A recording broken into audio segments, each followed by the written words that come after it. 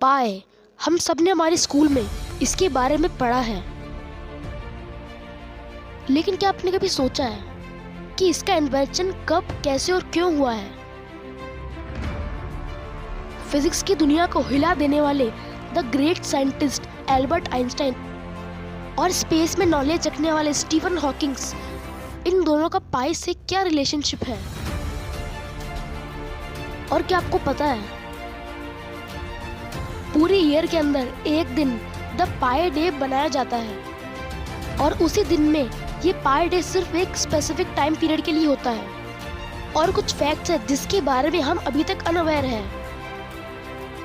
तो इस वीडियो को शुरू से लेकर एंड तक जरूर देखना और बिल्कुल भी स्किप मत करना, क्योंकि पाई के बारे में शुरुआत से लेकर एंड तक आप इस एक वीडियो में जानने वाले हो। तो शुरू करते हैं आज का ये वीडियो।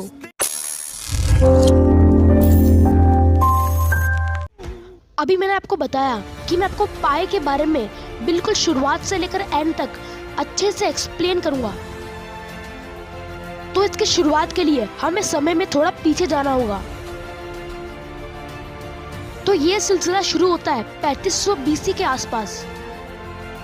तो भगवान ने हमारे ब्रेन को इतना एडवांस बनाया कि हमें किसी चीज की जरूरत होती है तो हम उसे इन्वेंट करने की सोचते हैं। हमको जब खाना पकाने की जरूरत पड़ी तो हम लोगों ने फायर का इन्वेंशन किया। चीजों को ठंडी रखने की जरूरत पड़ी तो हमने फ्रिज का इन्वेंशन किया। तो ठीक वैसे ही हमें जब चीजें इधर से उधर ले जाने की जरूरत पड़ी तो हमने व्हील का इन्वेंशन किया है। लेकिन जैसा जैसा टाइम बीतता है तो हम लोग हमारे इन्वेंशन में भी बदलाव करते रहते हैं। जब पहली बार हमने व्हील का इन्वेंशन किया था तो हमने इसे कार्ट में लगाया था, लेकिन जब हम उसे कैरी करते थे तब कार्ट में से सामान नीचे गिरने लगता था, क्योंकि उस टाइम हमारी कार्ट स्टेबल नहीं थी। क्योंकि हमारा पहला व्हील हम लोगों से बिल्कुल भी गोल नहीं बना था, क्योंकि ये इन्वेंशन हमने बिना मेजरमेंट के किया था।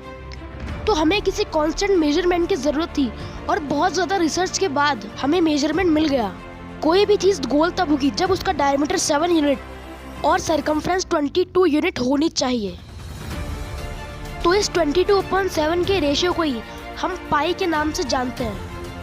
हम पाई को इस तरह डिफाइन भी कर सकते हैं that pi is the ratio of circumference and diameter of a circle।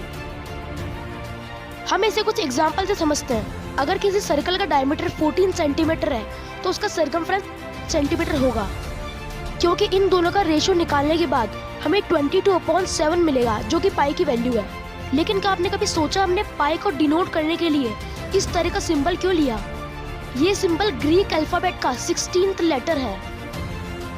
जैसे इंग्लिश अल्फाबेट में 16th नंबर पर पी आता है, वैसे ही ग्रीक अल्फाबेट में 16th नंबर पर पाई आता है। और सरकमफ्रेंस को ग्रीक में पेरिफेरिया बोलते हैं और इसका पहला लेटर पाई है।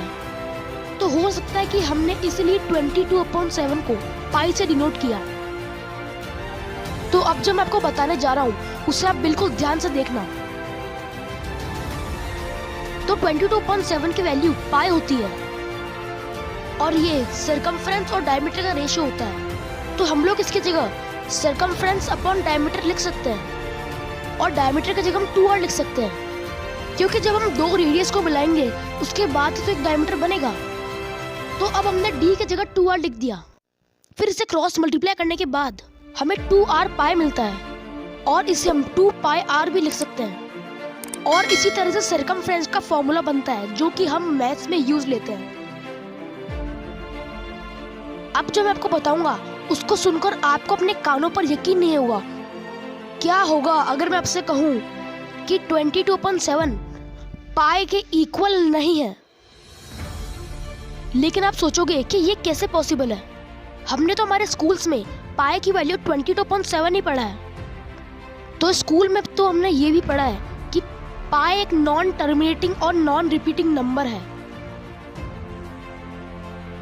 लेकिन जब हम 22 और 7 को डिवाइड करते हैं तो आंसर आता है 3.1428571426 और यही सेम नंबर बार बार रिपीट होता रहता है। फिर आप सोचोगे कि पाई की असली वैल्यू है क्या? तो मैं आपको बता दूं कि पाई की पूरी वैल्यू आज तक कोई कैलकुलेट नहीं कर पाया। बड़े बड़े साइंटिस्ट ने अपनी पूरी जिंदगी एक पाई की वैल्यू फाइंड करने में निकाल दी। वो खुद निकल गए लेकिन पाई की पूरी वैल्यू नहीं निकाल पाए। यहाँ तक कि सुपर कंप्यूटर ने भी पाई की पॉइंट के बाद 5 ट्रिलियन वैल्यू निकाल दी और वो भी हार गया। इसके बाद ना तो पाई पूरा कटा और ना ही इसके नंबर रिपीट होने लगे। 22.7 हम इसलिए यूज करते हैं क्योंकि ये वैल्यू पाई के काफी अप्रॉक्स है।